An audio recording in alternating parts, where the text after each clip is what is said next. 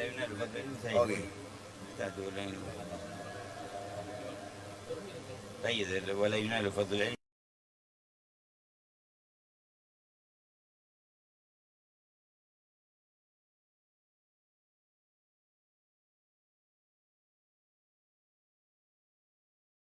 رحمه الله ونفعنا به وبعلومه في الدارين آمين. بسم الله الرحمن الرحيم. ولا ينال فضل العلم إلا بالإخلاص والصدق الله وذكره بالله وذكر الله فيه وعدم الغفلة به عن الله. تمنى أن ذكر أحكام الله من ذكر الله، وحذرنا من الغفلة عن الله بالاشتغال بقيل وقال وكثرة السؤال والمراء والجدال، فإن ذلك إلى الغفلة ثم إلى القسوة ثم موت القلب وشتات البال المؤدي إلى الضلال والقبال، ومن القلب المؤدي إلى التفريط في صالح الأعمال من الفرائض المؤقتة والنوافل المؤكدة وما ذكر معها بالتضييع والإهمال، فإن ذلك يؤدي إلى الدين وعصيان لرب العالمين. وأي خير في علم يؤدي إلى ويدخل في حيز العصيان، فإن من أخل بنوافله المؤكدة دخل عليه النقص فرائضه الواجبة. ومن لا ورد له من الواردات النبوية وحزوب المشايخ الصوفية فلا وارد له. ومن أعرض عن الله وحزوب القرآن ونسي الله أنساه نفسه وجعل قرينه الشيطان وحشر يوم القيامة أعمى وعاش وحيران. وحزب القرآن من الواجبات حق كل قارئ مراعاة حفظه، فإنه سريع الانفلات، ونسية سورة بل آية منه من أعظم السيئات، وهو ديوان الدين وأصل كل نور وهدى وعلم وبيان. فلا يغتر من سمع ما ورد في فضل العلم فاجتهد به وأهمل هذه المهمات والأعمال التي بها كرام القلب وحفظ الإيمان. وأما من في فهمه بلادة فليصرف بقية زمانه إلى الإبادة أو غيرها مما فيه ثواب من نفع المسلمين وخدمة أهل الدين ولو بالاكتساب لما هو واجب أو مندوب من الأسباب. فليغتنم العاقل جوهرة عمره العزيز، فإن ذرة منه رخيصة بألف درة. فمن لم يشغل ساعته بالخير ويصبر نفسه مع الذين يدعون ربهم بالغداة والعشي يريدون وجهه شغلته نفسه بالشر وذهب عمره في البطالة والتواني حتى تهجم عليه المنية وهو في التسويف والأماني. وبالله التوفيق وهو المستعان. وبالله التوفيق وهو المستعان. الحمد لله الذي بفضله جمعنا وإياكم في صبيحة هذا اليوم في بيت من بيوته. Alhamdulillah yang mengumpulkan kita dengan anugerah darinya di salah satu rumah-rumahnya. متعرضين لنفحاته. Kita hadir di sini untuk mencari anugerah dan pahala dari Allah. ومتلقين لرحماته. Dan juga untuk mendaraih rahmat dari Allah. وطالبين لرضوانه. Dan mencari keridhaannya.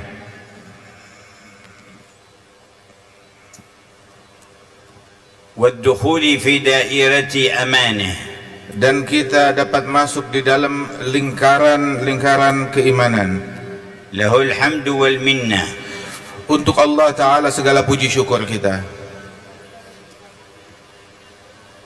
جعل الغدو والرواح إلى المسجد موجبا لنزل أي ضيافة في الجنة. Allah Ta'ala jadikan kedatangan dan berpagi-pagi menuju masjid sebagai penyebab mendapatkannya seseorang di surganya Allah hidangan. بشاهد قول نبيه سيد أهل الفطنة. Sebagaimana disabdakan oleh pemimpin para nabi-nabi, Nabi besar Muhammad SAW. العصمة من كل فتنة.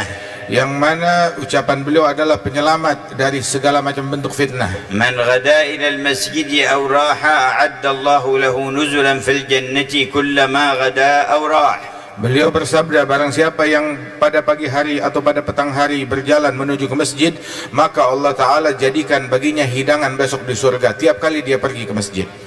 فيا من جمعتنا في المسجد اجمع قلوبنا على سر السجود لك. Ya Allah, yang Engkau hadirkan kami di dalam masjid, maka padukanlah hati dan sanubari kami untuk mencapai hakikat sujud yang hakiki padamu. وارزقنا صدق الإقبال عليك وكمال القبول منك. Dan anugerahkan kepada kami sir untuk mendekat kepada Allah Ta'ala dan kabul dari Allah. ونشهد أن لا إله إلا الله وحده لا شريك له جعلنا خير أمة. Dan kami bersaksi bahwasanya tiada Tuhan selain Allah, tiada sekutu baginya yang Maha Esa, yang telah menjadikan kita sebaik-baiknya umat. وبسط لنا بساط النعمة. Dan Allah bentangkan kepada kita bentangan nikmatnya. ونشهد أن سيدنا ونبينا وقرة أعيننا ونور قلوبنا محمدا عبده ورسوله. Dan kami bersaksi bahwasanya kekasih kita, penerang hati kita, Nabi kita Muhammad sallallahu alaihi wasallam adalah nabi dan utusan dan hamba Allah Ta'ala, الهادي إليه والدال عليه. sang pembawa hidayat menuju kepada Allah, yang menunjukkan kita kepada Allah. أكرم الخلق عليه وأعظمهم منزلة لديه. Makhluk yang paling mulia di sisi Allah, yang paling agung derajatnya. ختم به النبيين Dengan Nabi Muhammad, beliau dijadikan penutup sekalian Nabi, وجعله سيد dan المرسلين dijadikan sebagai penghulu para Rasul. وجعلنا حظه من الأمم وجعله بالفضل العظيم حظنا من الأنبياء. Allah Ta'ala jadikan kita sebagai jatahnya Rasulullah dari sekalian umat, dan Allah Ta'ala dengan anugerahnya menjadikan Nabi Muhammad sebagai jatahnya kita, nasib kita dari sekalian nabi-nabi dan rasul. قال لنا من صلى الصبح في جماعة ثم قعد يذكر الله تعالى في مصلاه حتى تطلع الشمس ثم صلى ركعتين أو أربع انصرف إلى بيته بحجة وعمرة تامة تامة تامة. Beliau Nabi Muhammad bersabda, barang siapa yang salat subuh berjamaah, kemudian duduk di musallanya sampai terbit matahari berzikir kepada Allah, kemudian dia salat 2 rakaat atau 4 rakaat setelah terbit matahari, maka Allah Ta'ala anugerahkan kepada orang tersebut pahala haji dan umrah yang sempurna, sempurna dan sempurna. وقال من صلى الصبح في جماعة ظل في ذمة الله حتى يمسي. Dan juga disebutkan dalam hadis, barang siapa yang salat subuh berjamaah, maka dia dalam perlindungan, jaminan, asuransinya Allah hingga sore hari. اللهم صل وسلم على هذا العبد المصطفى المختار سيدنا محمد. Ya Allah, limpahkan salawat dan salammu kepada hambamu Nabi besar Muhammad, Nabi pilihan, وعلى آله وأهل بيته الأطهار. serta tercurahkan terhadap keluarganya dan para ahli baitnya yang suci, وأصحابه الصادقين الأخيار. dan para sahabat-sahabatnya yang memiliki kesungguhan, manusia-manusia terpilih, ومن والاهم واتبعهم وعلى منهجهم سار. dan orang-orang yang membela Nabi Muhammad dan juga berjalan mengikuti jejak Nabi Muhammad, وعلى آله وعلى آبائه وإخوانه من الأنبياء والمرسلين معادن الأنوار والأسرار. dan tercurahkan salawat dan salam tersebut kepada segenap saudara dan leluhur Rasulullah dari kaum nabi-nabi dan para rasul, وعلى آلهم وصحبهم وتابعيهم. serta tercurah atas segenap keluarga mereka dan sahabat-sahabat dan pengikut mereka, وعلى الملائكة المقربين. dan kepada para malaikat-malaikat al-muqarrabin, وعلى جميع عبادك الصالحين. dan terhadap para hamba Allah salihin, وعلينا معهم وفيهم برحمتك يا أرحم dan الراحمين. tercurahkan atas kita bersama mereka di barisan mereka ya Arhamar Rahimin.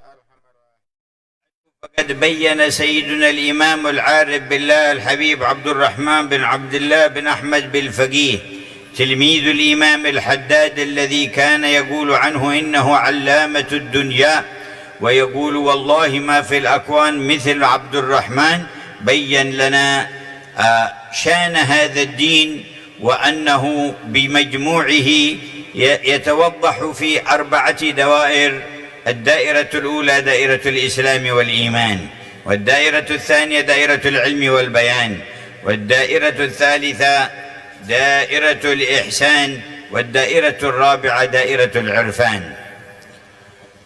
Alhamdulillah, kemudian telah disebutkan di dalam kitab ini yang ditulis oleh Imam Allamatud Dunya Al-Habib Abdurrahman bin Abdullah Al-Faqih, yang mana beliau adalah murid kepada Imam Abdullah bin Ali Al-Haddad, yang mana guru beliau Al-Habib Abdullah Al-Haddad menamakan memberikan julukan Allamatud Dunya kepada sang penulis ini. Dan dikatakan, gurunya berkata kepada dia, demi Allah, di masa ini di dalam keilmuan tidak ada orang yang memiliki keilmuan sekali bersahabat Al-Imam Abdurrahman bin Abdullah Al-Faqih.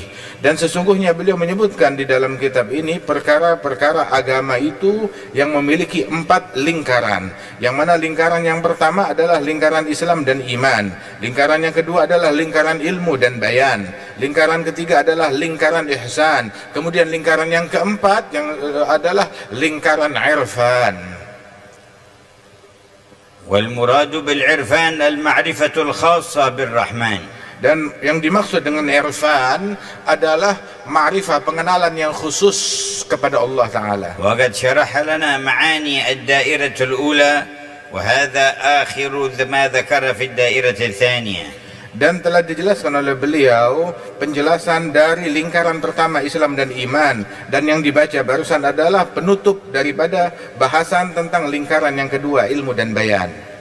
Tahaddatha 'anil ilmi النافع وما يتعلق بالدين منه، وهو 5 أنواع: علم الإسلام الذي هو علم الأحكام، وعلم الإيمان الذي يقال علم العقائد، وعلم الإحسان الذي يقال له التصوف، وعلم الفقه وعلم الكتاب، وعلم السنة، وعلم الآلات التي تعين على فهم الكتاب والسنة.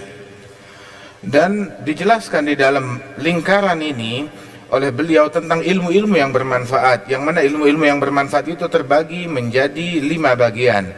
Yang pertama adalah ilmu tentang Islam, yakni tentang hukum-hukum Islam yang terkandung di dalam Islam.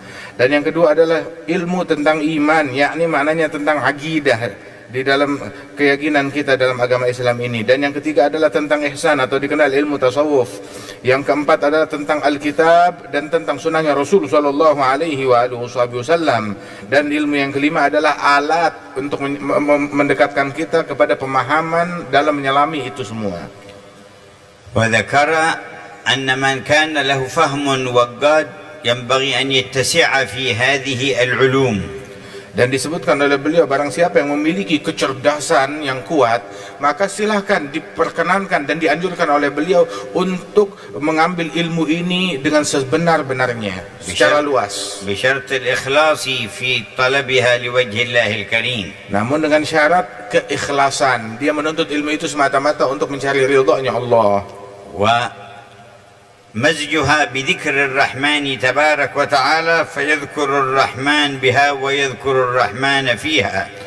Dan juga dicampur ilmu tersebut dengan adonan zikir kepada Allah Ta'ala, hingga dia berzikir kepada Rahman, dan Rahman membanggakan dan menyebut orang tersebut. Wa inayatu bil amal bimuqtadaha. Dan juga hendaknya dia perhatian tentang perkara mengamalkan ilmu yang sudah dia pelajari. Wa bidzalika qala lana fi ma quri'a al-an wa la yunalu fadlul ilmi illa bil ikhlasi fihi. Karenanya itu barusan dibacakan, kemuliaan ilmu, fadilah ilmu tidak diraih kecuali dengan ikhlas di dalam mencarinya. Wal ikhlasu mutaakkidun khususan fi ulumid din. Dan ikhlas itu adalah sesuatu yang pasti, yang absolut, terutama di dalam perkara ilmu agama. Wa amma ulumud dunya faman akhlasa fiha wa sakhkharaha li khidmati ad-din fahuwa biha yaqrubu min Allah ta'ala wa yanalu ath-thawab, wa man qasada biha tahsil shay'in min al-aghrad wal mata' al-fani fala ithma alayhi ma dama yuhassilu dhalika bi tariqin halal. Adapun ilmu dunia, maka barang siapa yang mencarinya dengan tujuan untuk mendekatkan diri kepada Allah Subhanahu wa taala, memberikan manfaat dan kebaikan di tengah-tengah masyarakat, maka dia pun mendapatkan pahala yang besar dari Allah Subhanahu wa taala. Namun barang siapa yang mencarinya dengan tujuan hal-hal duniawi, maka hal tersebut bukanlah sesuatu yang mengandung dosa. أما علوم الدين فيجب تنزيه القصد فيها. Namun ilmu agama harus murni, diperuntukkan dengan ikhlas semata-mata untuk mencari ridhonya Allah saja. فلا يقصد بها جاها ولا سمعة ولا ظهورا بين الناس. Enggak boleh dicampur untuk mencari kedudukan atau harta atau popularitas di kalangan manusia. ولا تحصيل الأموال ولا الوصول إلى الإمارات. Atau dengan tujuan mencari ilmu agama untuk mendapatkan harta yang banyak atau mendapatkan kekuasaan. وقد حذر النبي صلى الله عليه وسلم من الانحراف في المقاصد عند أخذ علوم الشريعة. Nabi Muhammad telah memberikan peringatan jangan sampai menyeleweng, menyimpang di dalam maksud dan tujuan dan keikhlasannya ketika mencari ilmu syariat. وجاءنا في الحديث عنه صلى الله عليه وسلم بالسند الحسني لا تطلب العلم لتماري به السفهاء ولا لتنافسوا به العلماء ولا لتصرفوا به وجوه الناس إليكم فمن فعل ذلك فالنار النار. Beliau mengatakan jangan mencari ilmu dengan tujuan untuk mendebat orang-orang yang bodoh ataupun juga untuk bersaing kepada para ulama, dan barang siapa yang mencari ataupun juga untuk mencari popularitas di kalangan manusia, barang siapa yang melakukan hal yang demikian dengan ilmunya, maka baginya neraka, neraka dan neraka. وقال في الحديث الصحيح الآخر من طلب علما مما يبتغى به وجه الله لا يتعلمه إلا ليصيب به عرضا من الدنيا لم يجد عرف الجنة يوم القيامة. Dalam hadis yang lain Nabi mengatakan barang siapa yang mencari ilmu agama yang seharusnya dicari karena Allah Ta'ala, tetapi dia mencarinya semata-mata untuk meraih keuntungan duniawi saja, maka orang yang semacam ini tidak akan mencium aromanya surga. فأول ما يلزم فيه الإخلاص لوجه الله. Maka yang paling pertama di dalam menuntut ilmu yang terpenting adalah ikhlas semata-mata karena Allah. قال والصدق به مع الله. Dan kesungguhan bersama Allah Ta'ala, kepada Allah. والصدق إتمامه وإحسانه واستنفاذ الوسع في إقامته على الوجه الأمثل. Dan makna kesungguhan adalah menyempurnakan di dalam pencarian ilmu tersebut dan melaksanakannya dengan metode, dengan cara sebaik-baiknya, dengan semangat yang tinggi. فالمخلص لا رياء له والصادق لا عجب له. Sesungguhnya orang yang ikhlas maka akan ternafikan darinya itu segala bentuk riya. Tapi orang yang memiliki sidq maka akan ternafikan darinya itu adalah ujub, akan ternafikan darinya segala bentuk ujub, takjub kepada amalan dan perbuatan dan keilmuannya sendiri. والرياء أخفى في الأمة من دبيب النمل. Dan sesungguhnya riya lebih sulit untuk terdeteksi di kalangan umat ini daripada langkah kaki seekor semut. والعجب أخفى من الرياء. Dan sifat ujub lebih halus lagi, lebih sulit terdeteksi daripada sifat riya. والوصف الثالث أن يمزج العلم بالذكر. قال وذكره بالله وذكر الله فيه وعدم الغفلة به عن الله. Dan sifat yang ketiga adalah memadukan ilmu tersebut dengan zikir. Dengan dia berzikir kepada Allah Subhanahu wa taala, maka dia menjadi orang yang disebut oleh Allah Subhanahu wa taala. ولذا أحب العارفون عندما يذكرون شيئا من مسائل العلم أن يستشهدوا بالقرآن وبالسنة وأن يخلطوا علمهم بذكر الله وذكر الآخرة. Karenanya itu banyak di antara para ulama-ulama ketika mereka menyebutkan sebuah permasalahan di dalam keilmuan, mereka gemar mengambil dalil dari Al-Quran, dari firman Allah, apa yang disebut oleh Allah di dalam Al-Quran tentang ilmu tersebut, dan juga dari hadisnya Rasulullah SAW, hingga semakin berkah dan berpadu ilmu dengan zikir. وكان من تربية السلف الصالح أنهم إذا أقرأوا الطالب والمريد في شيء من أحكام الفقه جعلوا معه شيئا من أحكام الإحسان الذي هو التصوف. Dan juga kebiasaan para salafus saleh bahwasanya ketika mereka mengajarkan keilmuan tentang fikih kepada penuntut ilmu, maka dijadikan berdampingan dengan permasalahan fikih itu permasalahan yang berkaitan tentang tasawuf atau ihsan bersamanya. وإذا خلص العلم من هذه العوارض فهو من أفضل العبادات وأقربها إلى الرب.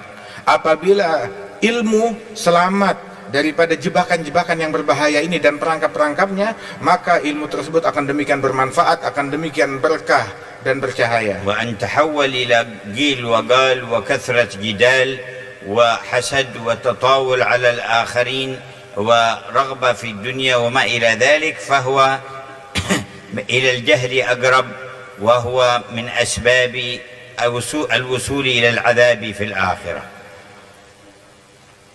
Dan ketika ilmu tersebut berubah menjadi sekedar celotehan, menjadi sekedar perdebatan, ataupun juga alat untuk mencaci maki dan mencemooh orang lain, atau untuk mencari keuntungan duniawi, maka itu bukan ilmu, lebih dekat kepada kebodohan dan berujung dengan azab dan siksa dari Allah Ta'ala kelak di akhirat. وقد كان يقول الإمام مالك اطلبوا هذا العلم طلبا لا يضر بالعبادة واطلبوا هذه العبادة طلبا لا يضر بالعلم. Imam Malik mengatakan, carilah ilmu agama ini pencarian yang tidak membahayakan ibadat kalian, dan ambil jatah kalian daripada ibadat ini pencarian yang tidak membahayakan dalam menuntut ilmu. ولهذا ذكر المؤلف عليه رحمة الله علامة عدم الصدق في طلب العلم إهمال النوافل المؤكدة وأنواع الذكر لله تعالى وقراءة القرآن. Karenanya itu muallif, penulis, beliau menyebutkan tanda keabsenan sidik, sifat kesungguhan di dalam menuntut ilmu ini adalah ketika seseorang tidak peduli dengan hal-hal yang sunnah, terutama nawafil yang sangat dianjurkan di dalam ibadat, nggak peduli dengan zikir, dan juga ilmunya itu, dalam ilmunya itu dia tidak membaca Al-Quran, maka ini adalah menunjukkan dia tidak memiliki sidik kesungguhan dalam mencari ilmu. وقال من أخل بالنوافل المؤكدة دخل عليه النقص في الفرائض الواجبة. Itu dikatakan bahwasanya barang siapa yang menelantarkan daripada nawafil muakkadah, maka berarti kelak dia akan terjadi kebocoran di dalam perbuatan fardunya yang diwajibkan oleh Allah. قال ومن لا ورد له من الواردات النبوية وحزوب المشايخ الصوفية فلا وارد له أي لا فائض عليه وواصل له من حضرة الله من التقريب والتنوير والتعرف والرضوان وما إلى ذلك. Dan juga dikatakan bahwasanya barang siapa yang tidak memiliki wirid dari zikir-zikir yang diajarkan oleh Nabi Muhammad dan juga dari para masyayikh sufiyah, maka orang ini tidak memiliki warid, yakni anugerah dari Allah Subhanahu wa taala yang tercurahkan dengan berkat zikir dan wirid tersebut berupa penerangan hati dan pendekatan kepada Allah taala dan cita rasa di dalam hubungan kepada Allah. وقد كان يقول شيخ مشايخنا الحبيب عبد الله الشاطري لطلاب العلم في رباط تريم: لا يسمى طالب علم من ليس له قيام في الليل ولا محافظة على الضحى والرواتب. Karenanya itu guru dari guru-guru kami dahulu berkata, Al-Habib Abdullah bin Umar Syatiri, barang siapa yang menuntut ilmu tetapi dia tidak bangun malam ataupun juga tidak sholat duha dan witir, maka orang ini tidak pantas menyandang gelar santri. وقد ورد طالب يريد أن يطلب علم الحديث عند الإمام أحمد بن حنبل فبات في بيته وقرب الماء ليتوضأ منه لأجل صلاة الليل، فجاء مع الفجر ووجد الماء في مكانه فقالوا ألم تقم من الليل؟ قال لا الآن نتوضأ. قال فاذهب من حيث جئت فإنك لا تصلح لعلم الحديث. Ada seorang pencari ilmu, dia mau nyantri kepada Imam Ahmad bin Hanbal, mau belajar ilmu hadis kepada Imam Ahmad. Kemudian bermalam di rumahnya Imam Ahmad di malam pertama, disediakan air untuk diambil wudhu. Maka begitu azan subuh, Imam Ahmad masuk ke ruangan tersebut, didapati airnya masih penuh. Orang ini baru bangun, dibilang, kamu nggak bangun malam? Dibilang, sekarang saya baru mau wudhu. Itu udah azan subuh. Maka selesai itu semua, Imam Ahmad bilang, kalau begitu kamu pulang lagi, sebab orang semacam kamu yang tidak bangun malam enggak pantas, tidak layak untuk menuntut ilmu hadis ini. وقد وفد بعض الوفود إلى المدينة عند النبي صلى الله عليه وسلم فكان أيامهم في المدينة يأتي إليهم كل ليلة بعد العشاء. Dan datang sekelompok rombongan pelancong berkunjung ke Madinah kepada Rasulullah SAW. Mereka datang berziarah di zamannya Nabi Muhammad. Maka Nabi Muhammad selalu mengunjungi mereka setiap malam sehabis salat isya. وفي ليلة تأخر عنهم ثم مر عليهم. Di suatu malam Nabi Muhammad terlambat datangnya, tapi akhirnya sudah larut, beliau Nabi Muhammad masih datang kepada mereka. ثم قال لهم إني لم أتأخر عنكم إلا أني شغلت عن وردي أو حزبي من القرآن فأحببت أن لا آتيكم إلا وقد أكملته. Nabi mengatakan, menginfokan, sesungguhnya aku ketika terlambat datang kepada kalian karena aku sibuk dengan wirid Al-Quran yang aku baca. Aku ingin menyelesaikan wirid Al-Quranku dulu, udah selesai ngajinya baru aku datang kepada kalian. ولهذا قال وحزب القرآن من الواجبات المؤكدة. Karenanya itu dikatakan bahwasanya hizb Al-Quran itu termasuk adalah keharusan dan kewajiban yang sangat dianjurkan. وإن تزين باطن طالب العلم بحفظ القرآن كله فذلك أكمل. Apabila batin seorang santri dihiasi dengan hafalan Al-Quran secara seutuhnya, maka itu lebih sempurna lagi dan lebih baik. فمن حفظ القرآن فقد أدرجت النبوة بين جنبيه غير أنه لا يوحى إليه. Barang siapa yang telah hafal Al-Quran, maka dia telah diberikan singgasana kenabian, akan tetapi tanpa diwahyukan oleh Allah Subhanahu wa taala. ولا تأكل الأرض جسد حافظ للقرآن غير غال فيه ولا متجاف عنه. Dan orang yang hafal Al-Quran, maka jasadnya tidak akan dimakan oleh bumi, tidak akan lapuk manakala dia menghafal Al-Quran, dan juga tidak meninggalkan kajian-kajian Al-Quran tersebut. وإن حفظ كل أو بعض فعليه أن يتفقد ما حفظه لأنه يتفلت من صدور الناس. Apabila dia baru hafal sebagian daripada Al-Quran tersebut, maka dia harus mengulang-ulangnya, jangan sampai hilang, sebab Al-Quran itu hafalannya sangat mudah hilang. وقال ونسيان سورة بل آية من أعظم السيئات. Dan dikatakan melupakan satu surat, bahkan melupakan satu ayat Al-Quran termasuk kejahatan yang paling dahsyat. وقد قال صلى الله عليه وسلم عرضت علي أعمال أمتي فلم أرى ذنبا أعظم من آية أو سورة أوتيها رجل من أمتي فنسيها. Nabi Muhammad SAW beliau bersabda, disodorkan kepadaku, dilaporkan kepadaku amalan-amalan umatku, maka aku dapati di antara amalan dan kejahatan mereka itu tidak ada kejahatan yang lebih dahsyat, yang lebih jelek daripada ketika salah seorang mereka hafal ayat Al-Quran kemudian dia lupakan ayat atau surat tersebut. وقال عن القرآن هو ديوان الدين وأصل كل نور وهدى وعلم وبيان. Dan disebutkan bahwasanya Al-Quran adalah diwan daripada agama ini dan sumber dari semua hidayat yang diturunkan oleh Allah dan penjelasan. قال سيدنا الإمام الحداد وواظب على درس القرآن. Imam Al-Haddad mengatakan, rutinkan selalu membaca dan tadarus Al-Quran. فإن في تلاوته الإكسير. Sebab di dalam tilawah Al-Quran itu adalah ramuan dan obat. والشرح للصدر. Dan melapangkan, menenangkan, menenteramkan hati. تدبر معانيه ورتله خاشعا. Renungi makna yang terkandung di dalamnya dan bacalah dengan khusyuk. تفوز من الأسرار بالكنز والذخر. Agar engkau berhasil mendapatkan asrar yang terkandung di dalam di balik ayat-ayatnya. وكن راهبا عند الوعيد. Dan ketika kamu membaca ayat yang berisi ancaman dari Allah Ta'ala, maka jadilah kamu membacanya dengan rasa takut. وراغبا إذا ما تلوت الوعد في غاية البشر. Dan saat kamu membaca ayat yang di dalamnya nikmat dan anugerah Allah, engkau membacanya dengan berharap dan obsesi yang besar akan anugerah tersebut. ألا إنه البحر المحيط وغيره من الكتب أنهار تمد من البحر. Ketahuilah bahwasanya Al-Quran adalah samudra yang demikian luas. Adapun kitab-kitab yang lain ibaratnya sungai-sungai yang bercabang daripada samudra tersebut. والذي ليس عنده اتساع في الفهم لأخذ العلم فيأخذ الواجب عليه وما قرب منه ثم يصرف وقته في ما فيه الثواب من أنواع العبادات والسعي في المصالح الناس.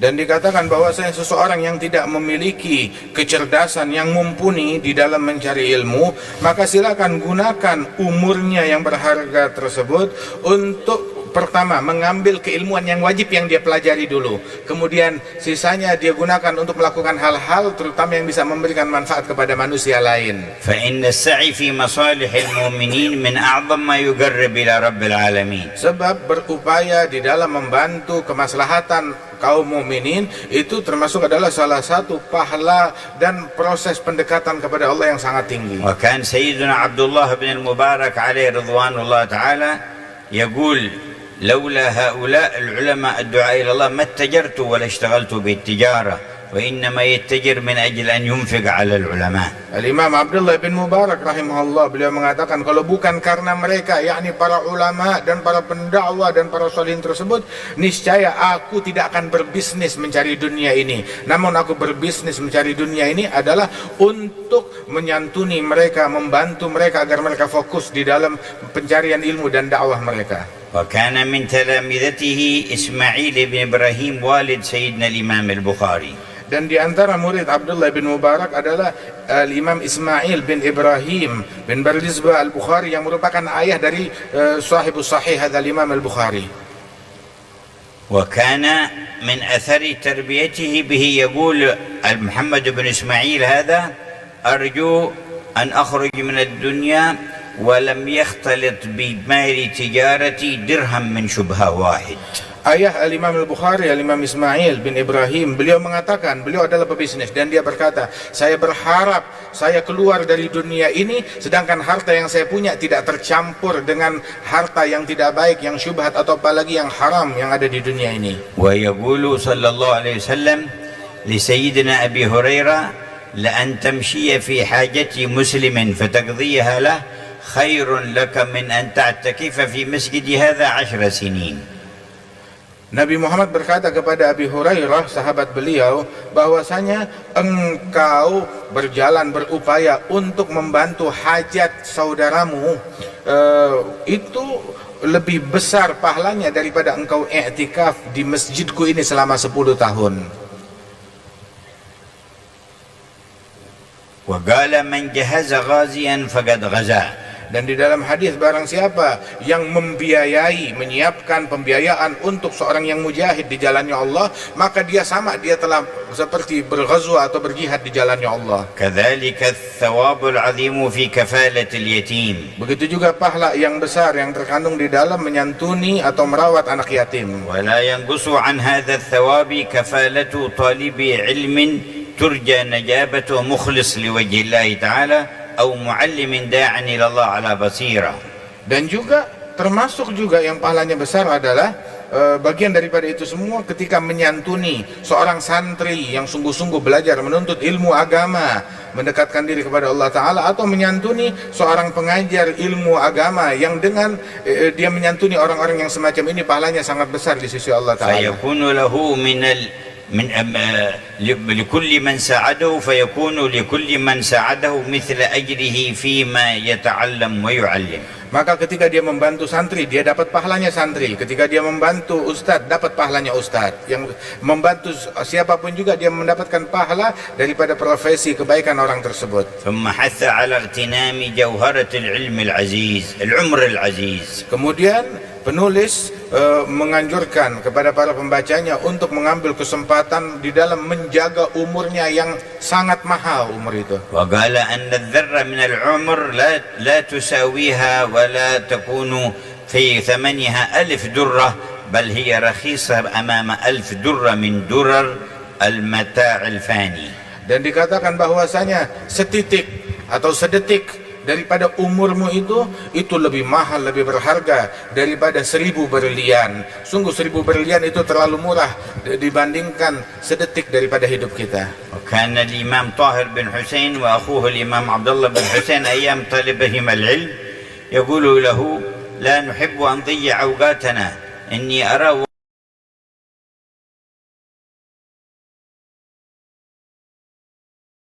وقت الأكل يضيع على يأكل الثاني والأول يقرأ حتى لا يفوتنا هذا الوقت وقت تناولنا الطعام عن طلب العلم. Al-Imam Abdullah bin Husain bin Tahir dan juga kakak beliau Al-Habib Tahir bin Husain bin Tahir, saat mereka menuntut ilmu, belajar ilmu agama, mereka itu mendapati sebuah kendala. Kendala mereka adalah kita nuntut ilmu dan kita perlu makan. Namun kalau kita makan, sungguh kita rugi besar, waktu kita hilang begitu saja. Lantas apa solusinya? Solusinya adalah gini, yang satu makan, saat dia makan, salah satu dari yang satu makan